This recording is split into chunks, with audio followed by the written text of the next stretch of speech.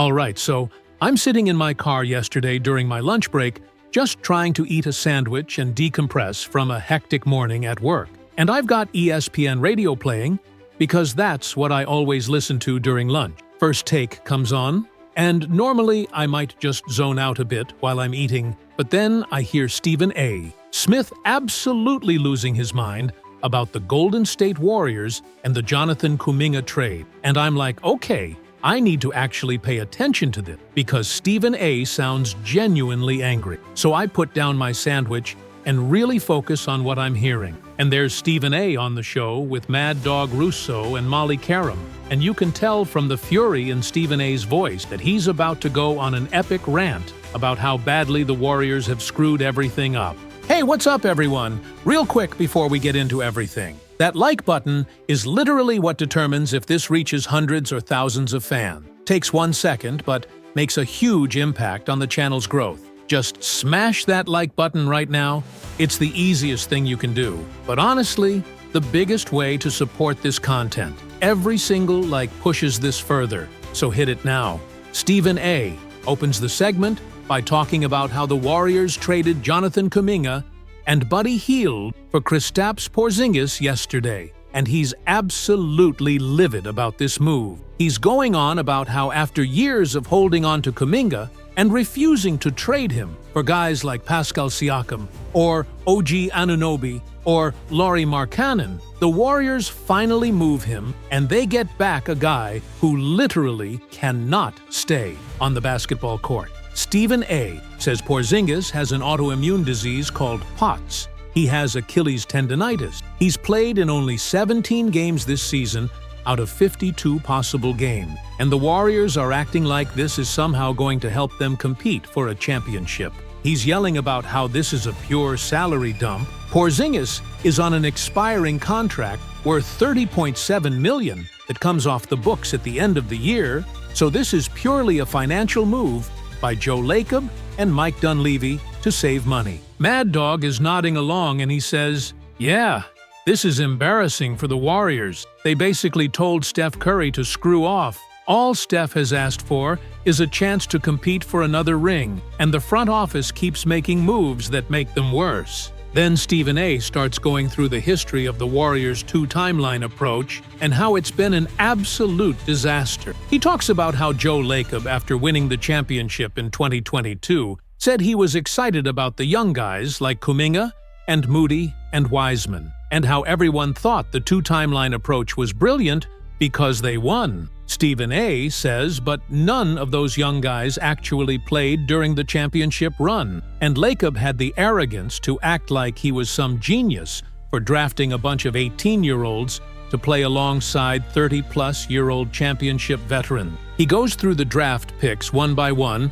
James Wiseman at number 2 in 2020, who turned into Gary Payton II, who can't play on 28 other NBA teams. Jonathan Kuminga at number 7 in 2021, who just got traded for the corpse of Kristaps Porzingis, who can't play basketball. Jordan Poole, who along with a first-rounder, got traded for 58 games of Chris Paul. Stephen A. is just ranting about how people get fired for this level of incompetence. But Joe Lacob just keeps counting his dollars and raising ticket prices at Chase Center.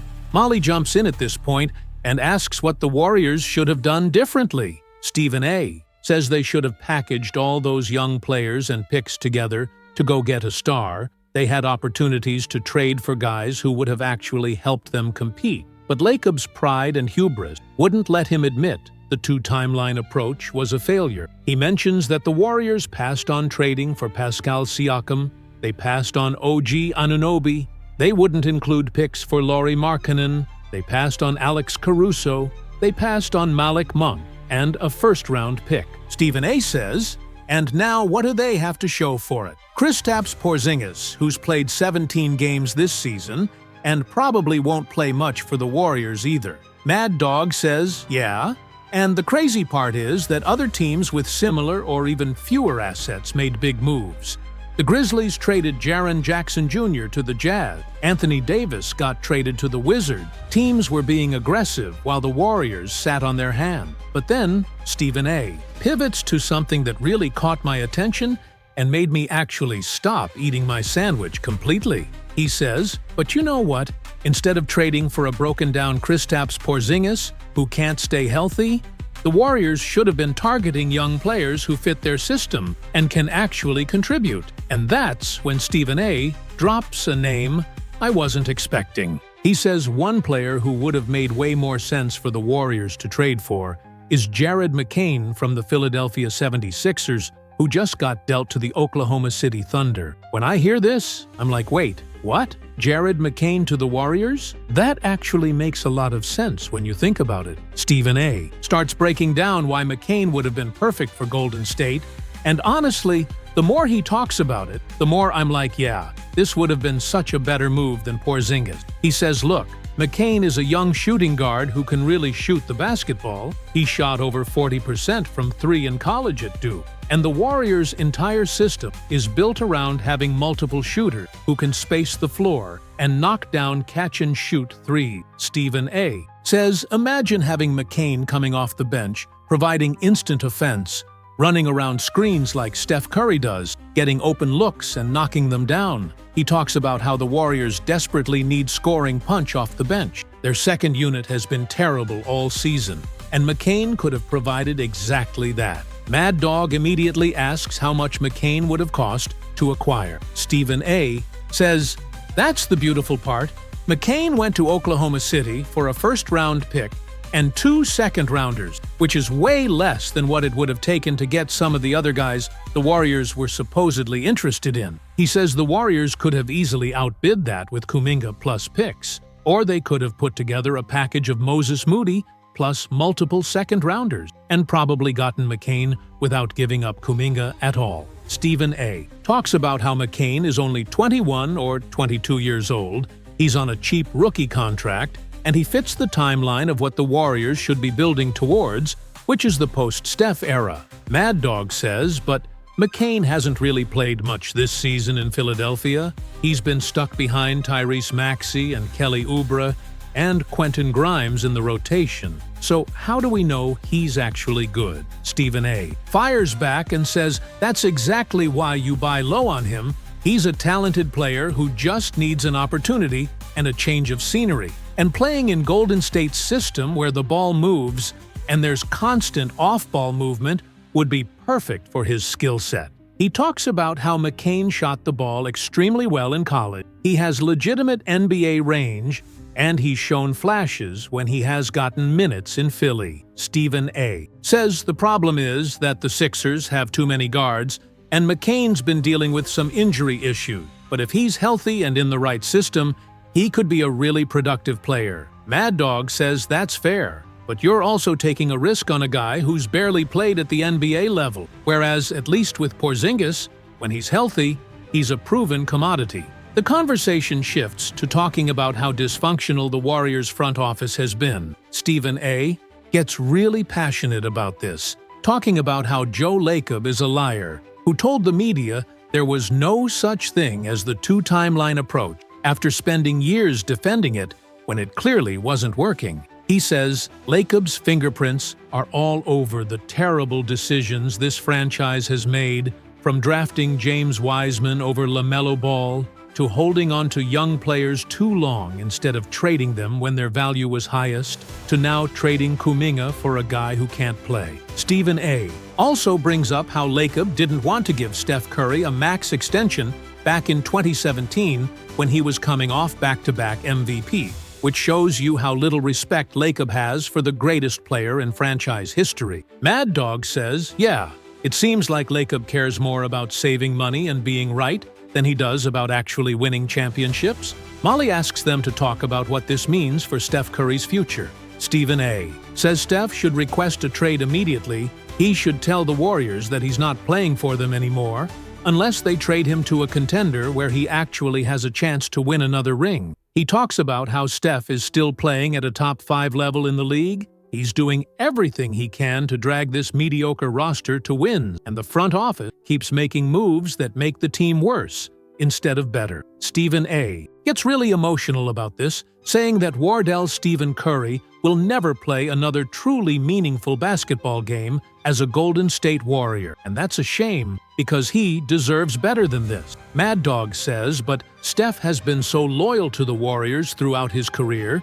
He's taken less money multiple times to help the team build around him, so it's hard to imagine him actually demanding a trade, even though he probably should. They also discuss what the Warriors roster is going to look like next season. Stephen A. mentions that with Porzingis coming off the books, the Warriors are going to have cleaner cap space, but they're basically going to run back the same team with Steph, Draymond Green, Andrew Wiggins, and whoever they can sign with the mid-level exception. He says they might bring back Draymond on his player option, they might re-sign Quinton Post for $8 million or whatever, and they'll probably sign some veteran like DeAnthony Melton on the MLE, but fundamentally, this is the same roster that's mediocre right now. Mad Dog says, so what was the point of trading Kuminga for Porzingis if you're just going to run back the same team next year? It makes no sense. The conversation continues, and they start talking about how the Warriors passed up on so many opportunities to improve. Stephen A. brings up the quote from Andre Iguodala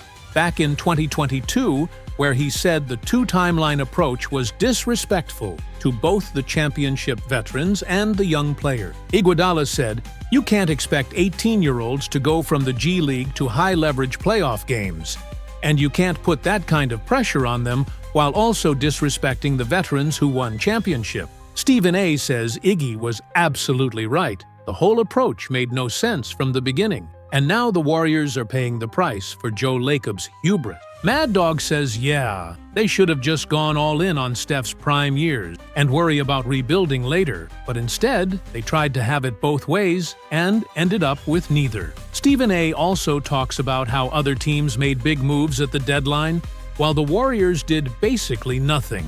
He mentions the Grizzlies trading Jaren Jackson Jr. to the Jazz, which is wild because the Jazz have won like 15 games this season, and they're being more aggressive than Golden State. He says the Warriors could have traded Kuminga for Jaren Jackson, who can actually play basketball, and would have been a perfect fit alongside Steph and Draymond, but instead, they traded him for Porzingis, who's going to miss half the remaining season with his various ailments. Stephen A. also brings up the Anthony Davis trade to Washington, and while he admits he wasn't high on trading for AD, at least AD can play more than 17 games a season, which is more than you can say for Porzingis. Molly tries to bring the conversation back to Jared McCain and why he would have been a better target. Stephen A. says McCain represents everything the Warriors should be looking for in a trade. He's young, so he fits the future timeline. He's a shooter, which fits the Warriors' system perfectly. He's on a cheap rookie contract, which helps with their cap situation. And he wouldn't have cost nearly as much as some of the other guys they were pursuing. He talks about how the Warriors' system is predicated on having multiple guys who can shoot from deep and move without the ball. And McCain does exactly that. Mad Dog says, but would McCain really move the needle for a team that's trying to compete for a championship right now? Isn't he more of a long-term piece rather than someone who helps you win this season?